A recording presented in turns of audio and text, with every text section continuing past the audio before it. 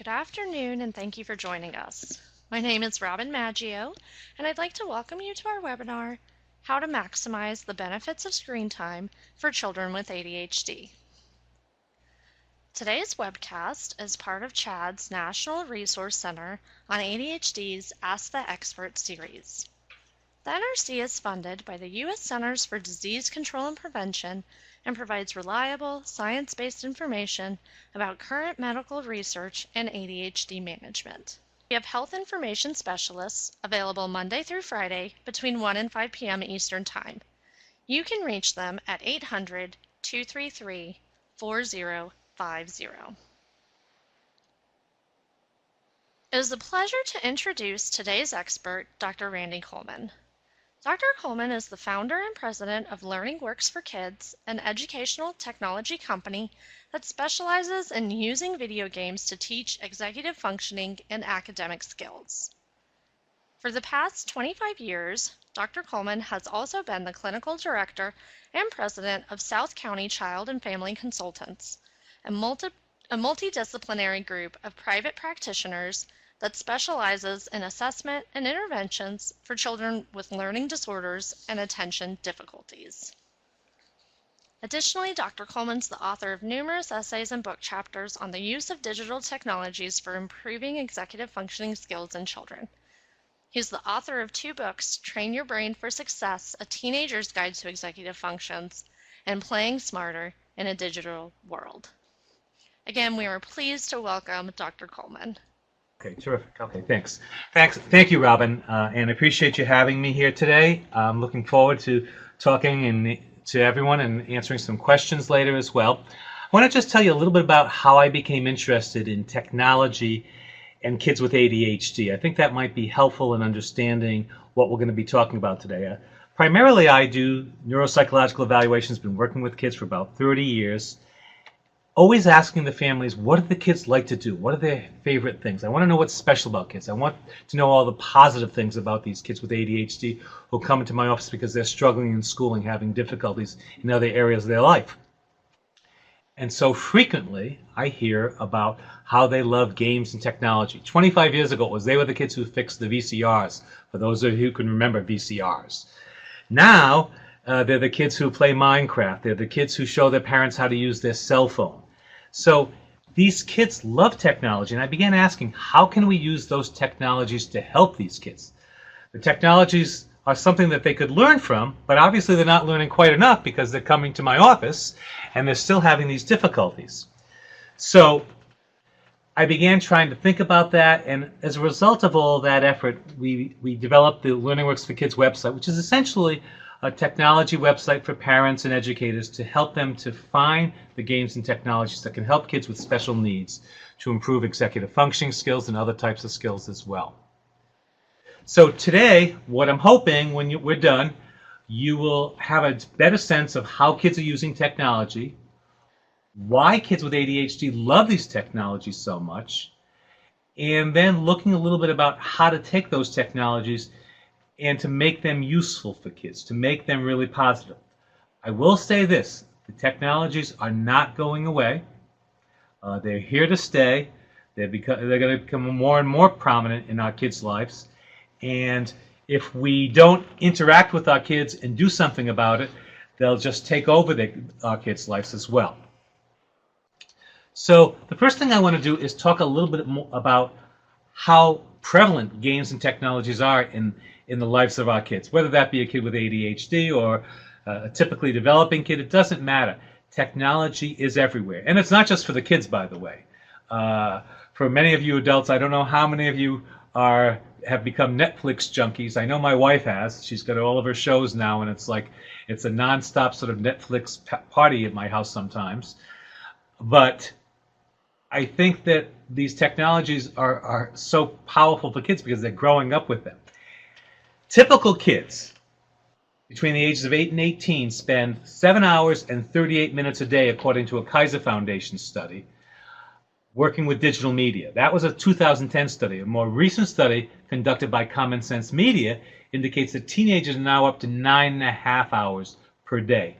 I'm sure many of you have kids who have devices that they're using in school, whether they have a Chromebook, an iMac, excuse me, an iBook, or even an iPad. I mean, kids have all these technologies that they're doing all their schoolwork on as well. Kids with ADHD is another story. I mean, the data for the most part suggests that kids with ADHD are using technologies about the same amount as typically developing kids, although there's some anecdotal reports, and many of the parents would probably agree with me, that their kids with ADHD tend to use their technologies even more than typically developing kids. We did some studies at LearningWorks for Kids where what we found is that the technologies that primarily are used by typically developing kids are television first, music second. Whereas what we found with kids with ADHD is that video games rather than music is their second choice of technology.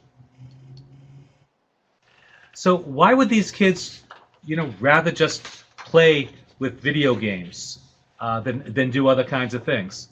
Well, first of all, they're fun. We call it engagement, okay? And not engagement, but engagement. Kids are engaged. They are totally focused. They are totally engaged and involved, immersed in video games and technology. Why? Well, it's multimodal. Okay, it's always changing. Kids with ADHD like things that change. There's all types of stimulation that is going on, sounds, words, actions. There's clear and immediate feedback. Okay, so the feedback that kids get from video games is right there, and kids with ADHD respond best to that. They respond best to that when we're trying to help them to do some homework or praise them for doing something.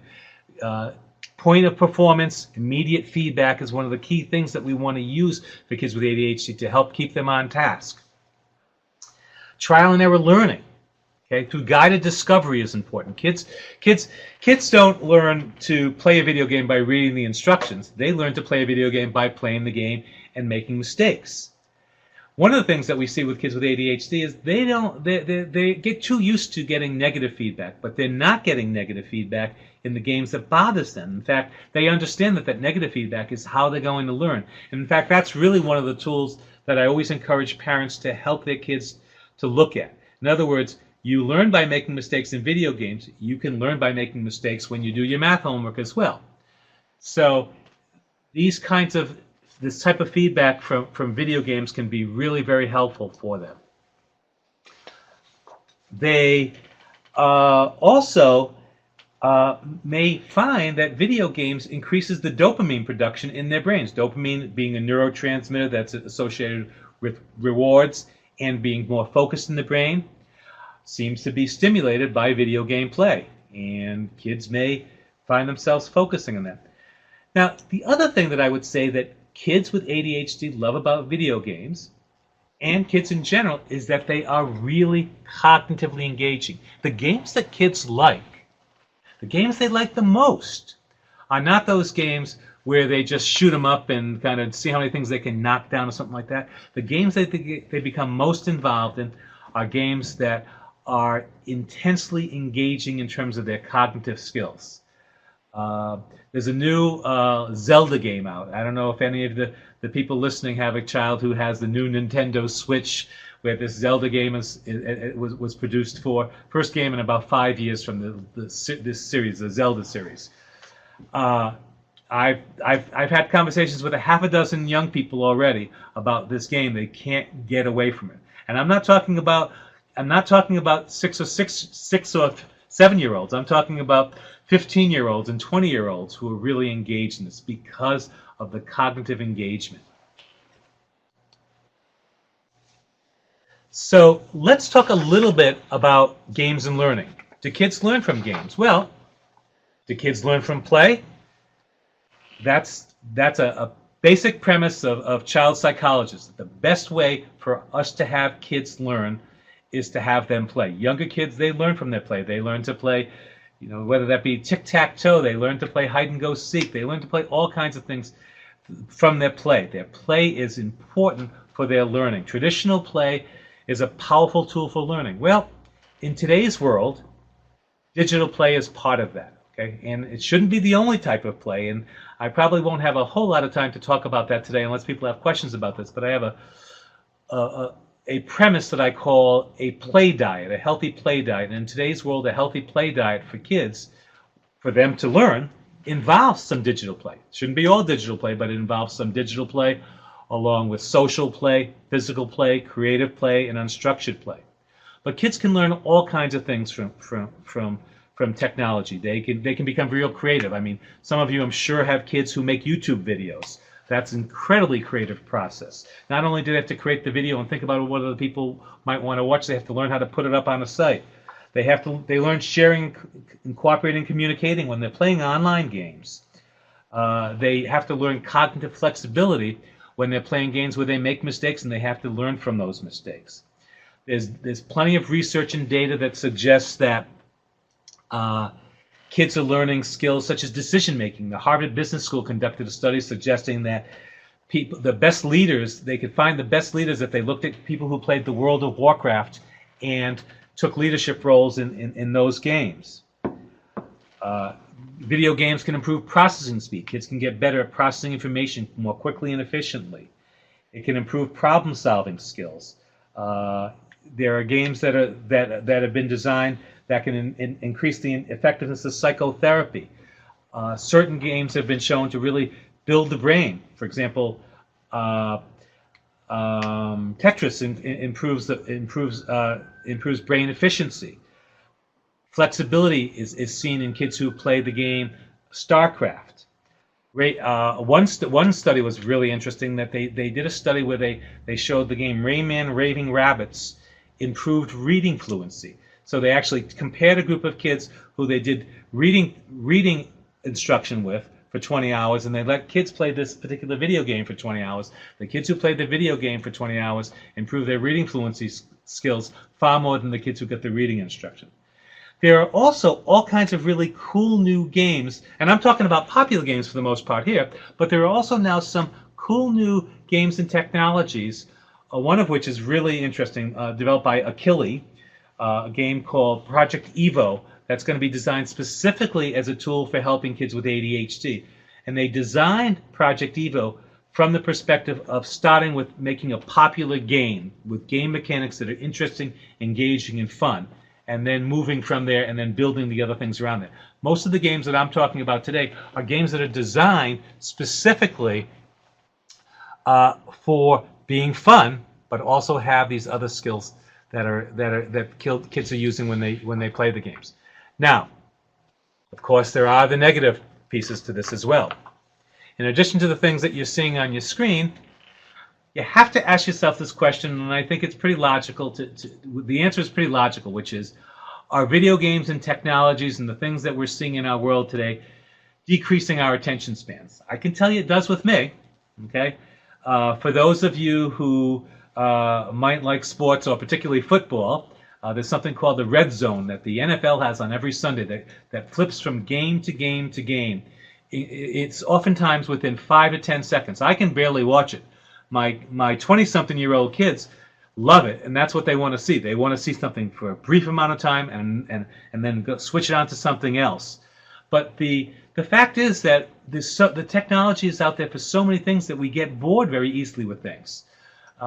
You can join Spotify to get music, and you can try a song and you don't like it, and boom, you flip to another song.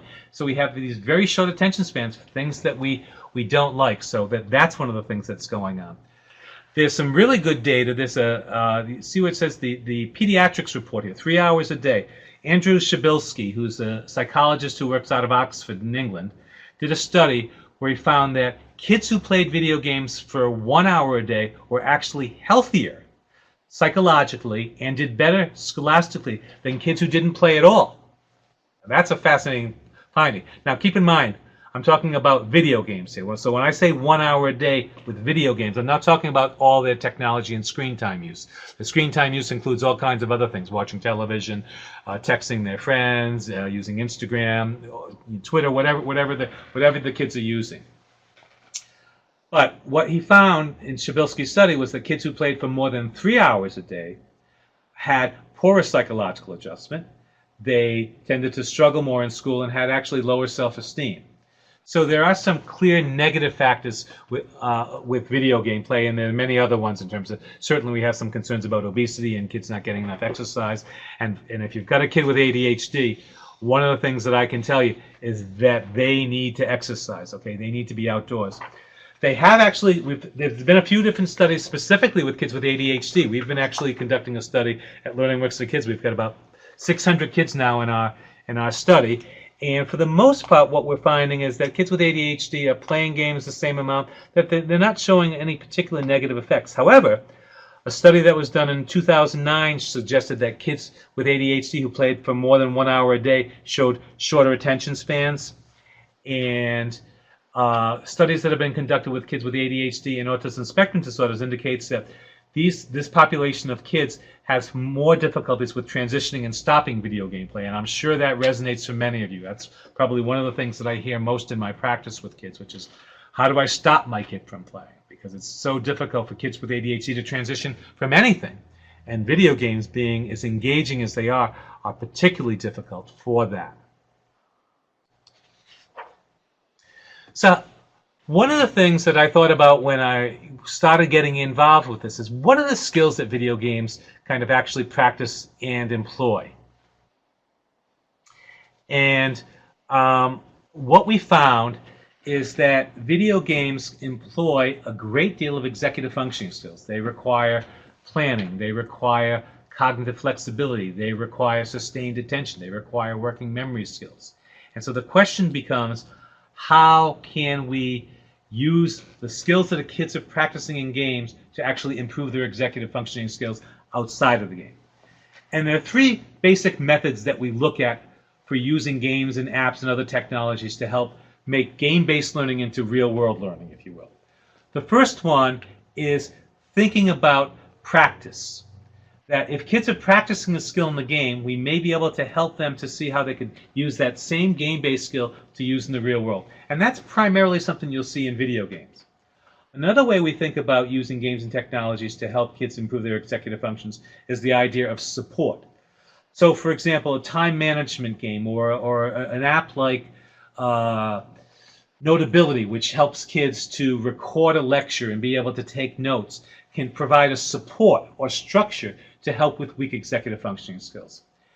And the best types of games, which we have very few of, are games where kids can actually master the skill in the game in such a way where they can apply it in the same exact way and know how to apply that to the real world. Those games are few and far between. The newer games that are coming out, such as Project Evo and other games that are designed specifically for kids with ADHD or autism spectrum disorders, where they're actually using a skill in the game that they're going to try to apply in the same way, will be very helpful. Those games, like I said, are few and far between. So how well do these skills actually transfer to the real world? Well, you can't just play video games and get better at planning. You might get a little bit better at planning. You can't just play video games and be totally flexible and be able to solve problems better. However, there are some modest improvements that we can see in this, both in terms of the research and in terms of what kids will tell us. The big issue with these kinds of concerns is the idea of what we call generalization. How do you learn something in one place and apply it to another place? And that's where the work that we're doing at Learning Works for Kids, the work that we're doing even today talking about this, comes into play, which means that we have to begin thinking about these games and technologies as teaching tools. Some are better suited for teaching kids with ADHD than others. We'll talk a little bit about those kinds of games shortly. But that what happens is we really need to transfer transfer the skills from games to the real world.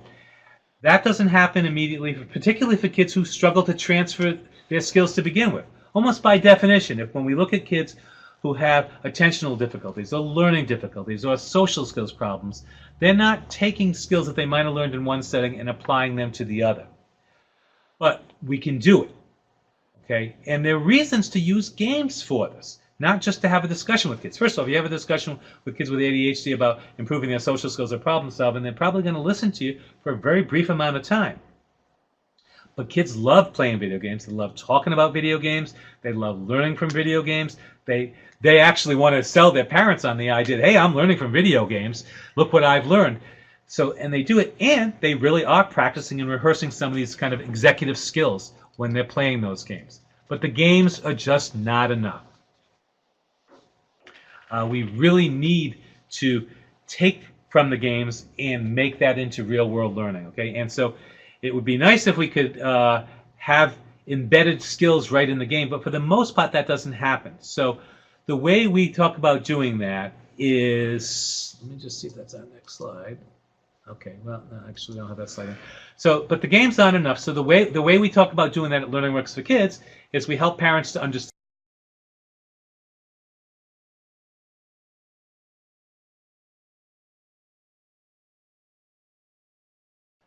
Okay, good. All right, so what I'm talking about here is how do we determine what makes a good teaching tool for kids with ADHD? And part of it is just finding the games and apps that might improve specific executive functioning skills that the child struggles with, whether that be a child who struggles with planning skills or a child who struggles with working memory skills. And we can find games like that. I was saying earlier that it's really easy to find those games on our Learning Works for Kids website. You can just go onto the game search and you can find specific games that target those skills. At the same time, there are other kinds of games that are probably worth taking a look at. Puzzle games are terrific. They can help with time management. They can help with cognitive flexibility. They can help with planning skills. Kids with ADHD often have difficulties in these areas. And I would encourage you to find, and planning and puzzle games are fun. I mean, they're also actually, interestingly enough, the kind of games that parents will oftentimes want to play with their kids, as opposed to some of the other kinds of games. Games, active games where kids have to move. Some of the old Nintendo Wii games, some of the Kinect games, where kids are moving is wonderful. They're wonderful for ADHD kids because ADHD kids, we know, benefit from exercise. Exercise increases the amount of brain-derived neurotrophic factor that helps them to pay attention. So anything we can do to get kids moving using video games can be helpful as well. So what do? First of all, you try to play with your kids, okay? As much as you can, you play together with your kids. You want to be involved in your kids' technology use. You want to learn how to choose and use the right games for your kids. They're going to want to pick the games as they get older. But for younger kids, probably kids under the age of 8, 9, 10, you can probably pick a lot of the games. When they get older, it's a little harder. But there are still many games that they're going to pick that you can use to help them. You can find games that promote kids to be more metacognitive, to be reflective, to think about the skills they use in the game, because we want to make game-based learning into real-world learning. Okay. So here are some additional tools for finding games. There's a link up here for an ebook that I wrote that is totally free. You can just you can click on that probably in the slideshow, or just write that down. The Learning Works for Kids, learningworksforkids.com/ADHD-parents-ebooks, and it's an ebook about using video games for kids with ADHD and improving executive functioning. So that's a great way to find out some additional games as well. Here are a few games that I think are actually useful for kids with ADHD, specific games. But again, I would encourage you, there's hundreds more games and apps that you can find on the website to look at this. Dragon Quest Builders is kind of a Minecraft-like game, and it involves organizational skills, planning skills, and working memory skills. 3 of the skills that are probably most important for kids with ADHD. Kinect Sports is just an example of one of the movement games. Like I said, there's any Kinect Sports games, any of the Wii movement games. Video games that get kids up and moving are just good for kids with ADHD. And also, by the way, fun for parents to play with their kids. This is an app, BrainPop. It's an online site.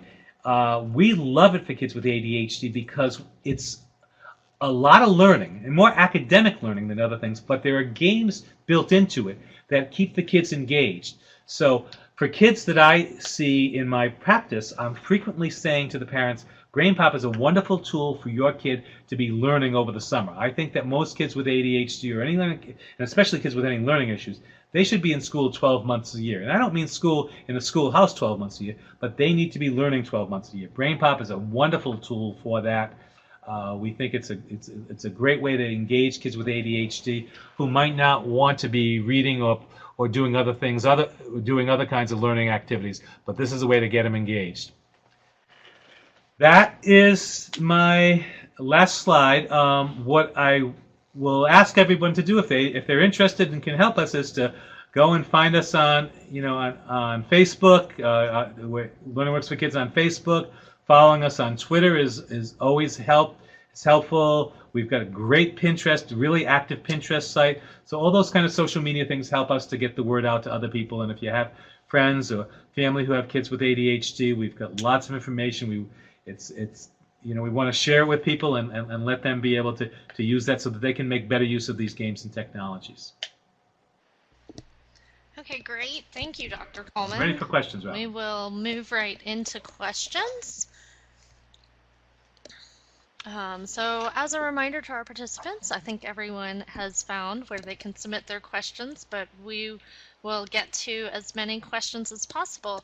So a couple of questions we have in are coming about transitioning from using screens, using technology, back into other activities. Do you have any suggestions about how to make those transitions smoother?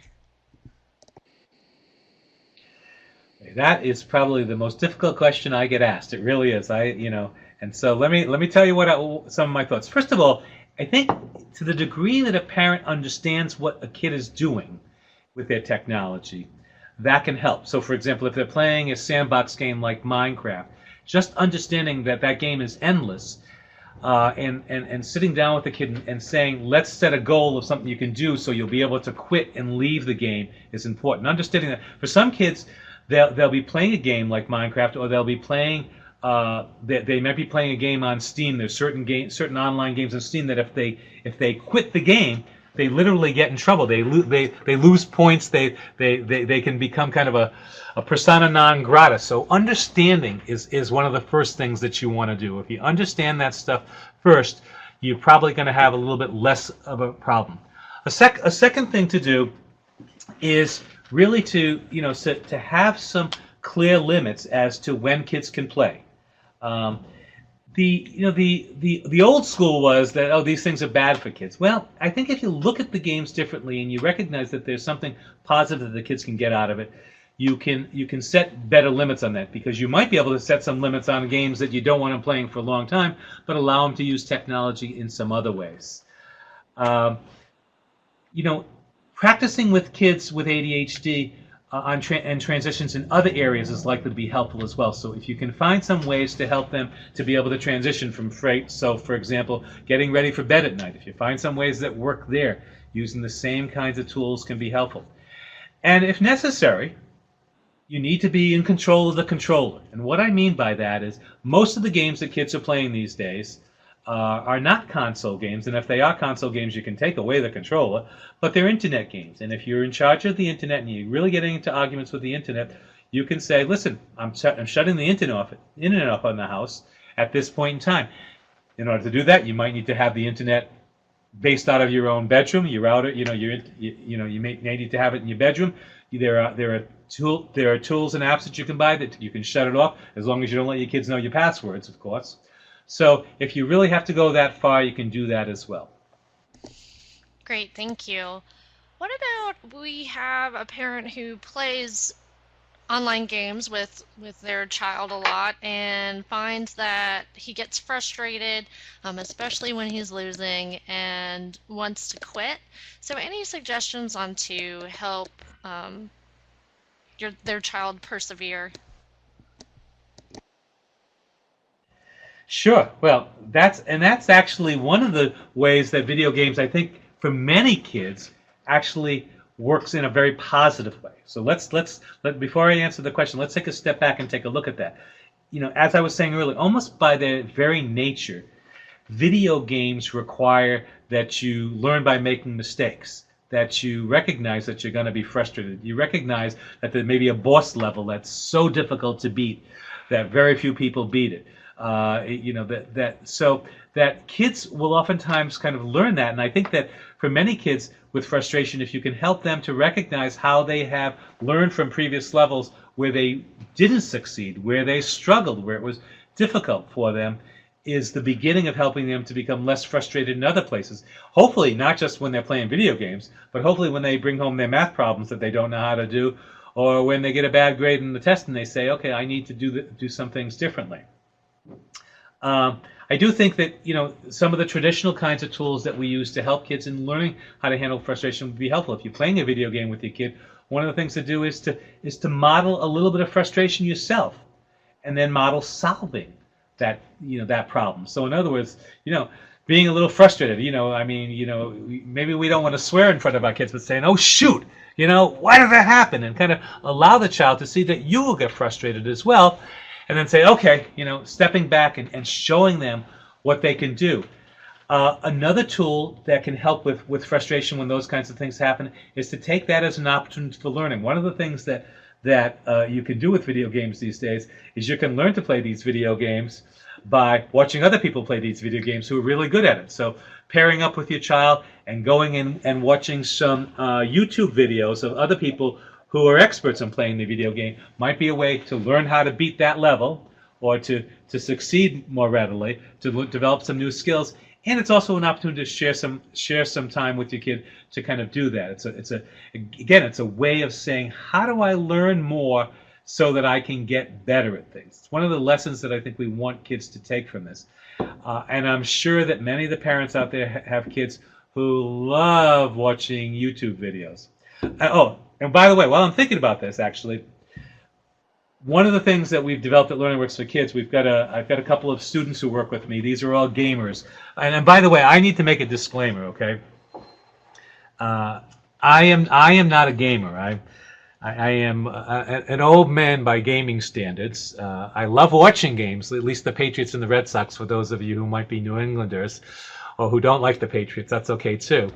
But I'm not a gamer, so the kids, and they are kids, the kids who help us to develop many of these pieces that we do at Learning Works for Kids are gamers, and they're 20-something gamers. One of them has developed a series, probably about, at this point, I'm going to guess about 150 YouTube Let's Play videos. They're those videos that show people show kids how to play video games. But our Let's Play videos come with a twist. They come with a twist because each of the Let's Play videos tells the kid a little bit about the executive functioning skills that they use in the game and gives them a little hint about how they might apply those same skills in the real world.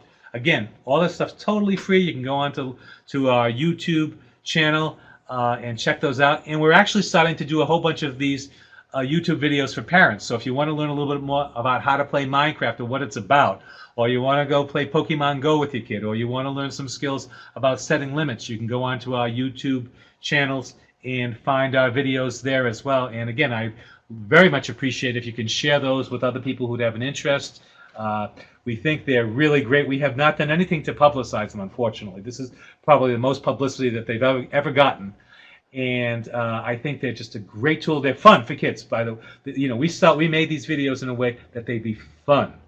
And once they're fun, then we can teach kids something. And that's one of the beauties of video games. Great, thank you. We actually have, on that same topic with YouTube, we have someone who's asking about, there's the videos of the people playing video games on YouTube. And so do you have any thoughts on those? Are there any positive skills that can come from watching a video of somebody else playing video games? Well, so Robin, that's what I was really just talking about. Those are called Let's Play videos, and that's what we've developed. Hundreds of these Let's Play videos on popular games to show the kids not only how to do certain things in the game that the kids want to learn, but also to emphasize to them, to kind of get them to be reflective of the fact that they're actually using certain kinds of skills when they play those games. So I'd like to say that some of the stuff that we're doing there is kind of on the forefront of using those Let's Play videos as an opportunity to learn something about the game. There are, I'm sure some of the parents have watched their kids with some of the Minecraft videos. Stampy, what's the Dan TDM? I think it's TDM. I mean, these guys are making all kinds of videos. In fact, actually, the other thing they're doing is they're writing books about Minecraft, and those books are becoming bestsellers. Kids who don't like to read. If you have a kid with ADHD who loves Minecraft but doesn't like to read, one of the things you might want to consider is going to your local Barnes & Noble and finding the bookshelves. And when I say bookshelves, I mean many bookshelves full of Minecraft books. So, but anyway, there are many people who are making these Let's Play videos, and sometimes this is what kids are doing. And is it a waste of time? In some ways, it's like, kids can overdo it. They can spend hours and hours and hours doing it. Most of the time, kids are watching people who make these videos because they're funny, they're entertaining, they kind of know the characters. They almost feel as if they have a kinship with the people who make these videos. But if you take another step back from it, how different is watching somebody play a video game versus watching somebody play football or basketball on TV? Is it that different? It's a little different, but it's not that different. So sometimes parents look at that and they go, "Oh my God, this is the strangest thing in the world." But if you take a step back, you might see how that's the case. I would tend to say that that you want to look at that as kind of part of a kid's recreational screen time, so that only so much of it is worthwhile. There are a lot of great videos on YouTube for learning, but most of the Let's Play videos at some point are more about fun and laughter and sometimes teaching the kids how to play the games. Great, thank you. Well, switching topics slightly, we have a couple questions aimed more towards teenagers and preteens, but for a teenager, what about helping 17, 18, 19-year-olds really develop a healthy habit as it relates to using technology, especially if they might be needing screens to study, and really just balancing everything out for those older children? Tricky question. And this goes back, and sometimes it's really hard to retrain a teenager who's spent an awful lot of time with video games. So I wish there was a magical answer to this, that you could do something with a teenager who's already got some ingrained habits. However, I do think there are some things that you can do, and I think there are some really important things to do. First thing you got to do as a parent is you have to model that, okay? And you really have to sort of model having a balanced life yourself, where you're doing more than staring at screens, and you're not sitting at dinner time looking at your cell phone, and you're not checking your texts when you're driving, or whatever that is. I think the modeling piece is really important. A second thing is what I call a healthy play diet. I mentioned this earlier. To me, that is the core thing that we want to do with kids these days, is to help them have a healthy and balanced play diet. It doesn't mean that digital play is bad. Digital play is just fine, but digital play needs to be there as a part of a balanced and healthy play diet. And the kids need to do other activities. I think the focus oftentimes needs to be not so much on get away from the screen, but make sure you're doing other things. So that I am a really huge believer, for everybody, and I say this not just saying this. When I get done today, Robin, I'm gonna go home and exercise. I think that exercise should be something that people do every single day, and for kids with ADHD, they need it. So that we need to kind of help these kids develop a healthy play diet by saying you need to do these things in your life, and if you've got extra time to play video games, go for it. But they need to be outside. They need to be exercising. They need to have regular, vigorous exercise on a daily basis. They need to have some other interests and activities. So parents sometimes need to really work hard to make that happen. Sometimes that means, to get them to exercise, that might mean, driving 25 minutes to the local YMCA where there's a swimming pool. If that means helping them engage in more social play, that might mean driving them back and forth from being on the stage crew at their high school for a play that's going on. You've really got to make some effort to do that. You've got to you've got to help them to develop some peer relationships that involve things outside of games. Now, keep in mind that much of kids' social activities today involve technology, whether that be Instagram or texting. And it's funny because I was having a conversation with some young people the other day how they would tell me how Facebook, which used to be where the kids went, is now just for old people. So it changes all the time. But their social involvement involves technology. So we have to recognize that is really part of their social play, if you will. And as much as adults want their social play to be, often face to face, we want to just try to help them have a little bit better balance so they have a little bit more of that face to face. 30, 40 years ago, kids came home after school and they might have gone over to their friend's house to play in their basement. Now they each go to their own basement and they get on the TV and they play with each other that way online. So it has changed. So I think you also have to recognize that as well.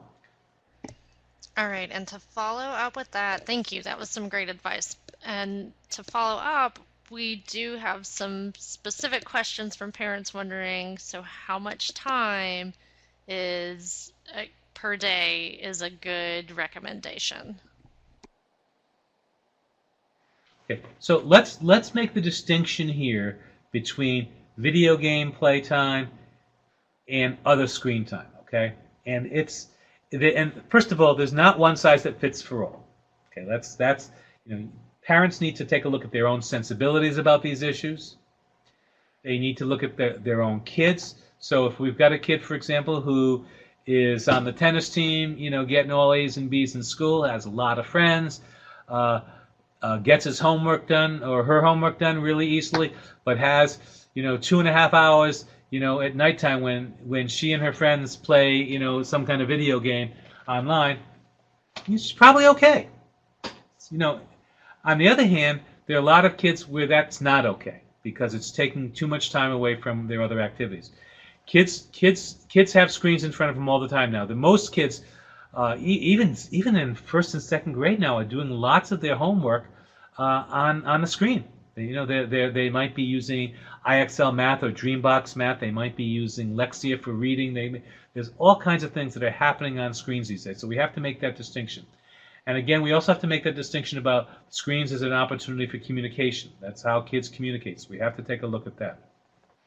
The data, though, is pretty good that says, video games for an hour a day, probably fine. Maybe even 2 hours a day. The data when Shabilsky did that study out of England, what he found is 2 hours a day didn't seem to be helpful or harmful. So kids playing 2 hours a day didn't really get as much benefit as the kids who only played 1 hour a day, probably because those kids who played 1 hour a day were getting benefits from other things as well for their psychological health. But 2 hours a day was not problematic. The recommendations and the approaches that have been taken by the larger organizations have changed in recent years. The American Academy of Pediatrics, for the longest time, said there should be no screen time for kids under the age of 2. They said 1 hour of screen time a day, there's all kind of screen time a day for kids, was what they should have.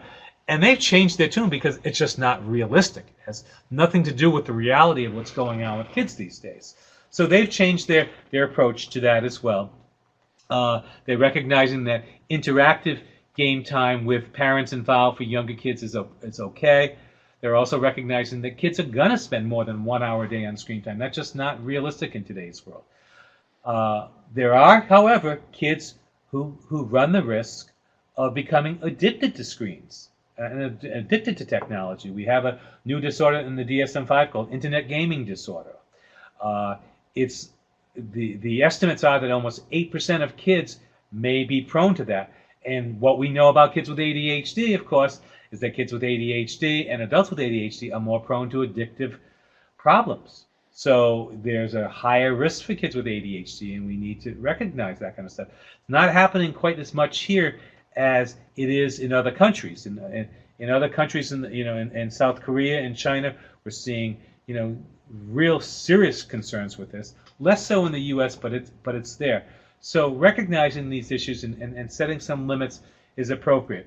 I would say in general, if you can keep kids, older teens, with video games from 1 to 2 hours a day, with some flexibility. Sometimes it's a rainy, snowy day and they're home for a long time. They get a new game at Christmas. They're going to play for a long time.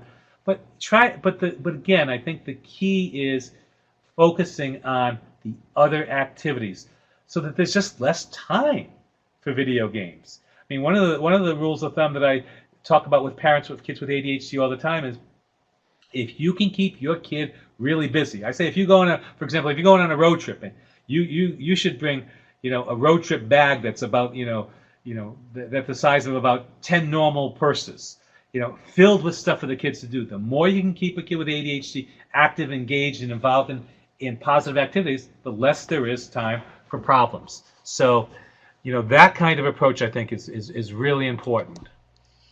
Great, thank you. Well, I'm going to switch age groups again. So we have a question, what about younger kids who maybe 8 to 9-year-olds who get overstimulated with video games and parents are saying that it negatively impacts their behavior? Any suggestions for what they might do for that? Yeah, that's that's a real concern. There is a small group of kids where I think that really happens. And for some of those kids, unfortunately, and it's really hard, you've got to really be very highly restrictive with the technology. I don't like that particularly well, and I think that when I say highly restrictive, it's got to be, maybe it's always supervised, it's always with the parent, it's always with an older sibling, or they're not allowed to do it. Victoria Dunkley, if those of you who might want to read her stuff, I think it's Dunkley. She's written a book about this, and I don't buy into everything that Victoria says, but I think she is targeting a group of kids where that video game play is actually destructive to their health. And again, I think that's a very small, select group of kids. I think that what we want to do before we kind of take all that stuff away is work with them with frustration, work with them in using games as a reward. And I don't like actually using games as a reward. Let me take a step with that for a second, which is the reason I don't like using video games as a reward. It almost sounds like it's saying by its very nature that if video games are a reward, it's almost like having dessert after you eat your dinner. I'm suggesting that video games can be positive in nature and there's a lot to learn, so they shouldn't always be used as a reward. Maybe extra time on video games is a reward, but not just the access to them. I think they're part of kids' world today. If kids who don't know how to use technology are going to be behind their peers in many areas. So I think it's really important to look at that. But like I said, there is that population of kids that we may really need to stop their access to technology. Preferably, we're trying other kinds of things to not have that happen. We're trying to help them handle frustrations better. We're modeling some of those kinds of things as we talked about earlier. We're having them play with an older sibling who can be reassuring to them. We're doing things where we're playing. Maybe we're starting with games where frustration is not so problematic. So, for example, maybe the transition is difficult, but they're not being frustrated from the game. So, their sandbox games, for example, may be difficult to transition from, but they're less likely to run into frustration, particularly where it's a more creative game when they're not playing against someone else. So selection of games may be important as well. Great, thank you. I think just time for one final question, and it's again sort of along those same lines, what you were talking about as a reward or not a reward, but specifically with as digital play might relate to homework time. Do you have any suggestions on, is it better to structure it in before homework, after homework, in the middle of homework? Any thoughts on what might work better? Well, if we're asking this question, that I'm assuming that homework is not getting done readily, and that the kid's not just saying, "I'm going to get it done." For the most part, my suggestion around video games and homework is that video games come after homework. However, I have another suggestion that sometimes does not ring true for many families, but I think it's a worthwhile one for many kids with ADHD, is that before homework comes exercise and running around. That if kids get outside, run around, and I'm talking about a fair amount of time. I mean, there is some data that, by the way, suggests that in a classroom, 12 minutes of exercise improves executive functioning skills for the next 45 minutes. I'm not sure how much I buy that study, but it's out there. But I would say that homework comes before video games. The idea of kids who struggle with homework, I don't want them coming home playing a video game as a way to relax and then doing their homework. I don't want them coming home watching TV and screen time and then doing their homework. I want that screen time to be after homework is done. I'm not saying other kind of play shouldn't happen before that, and particularly active, vigorous physical play, I think should come before that. Not for all kids. I mean, and again, this is something that parents need to look at, that what fits their own sensibilities and what works for their kids. There's not one thing that's going to work for all kids here. There are some kids who they're in the school mind, and they're better off just doing their homework. There are some kids who are coming home with ADHD and the meds are still working. Boom, let's get the homework done.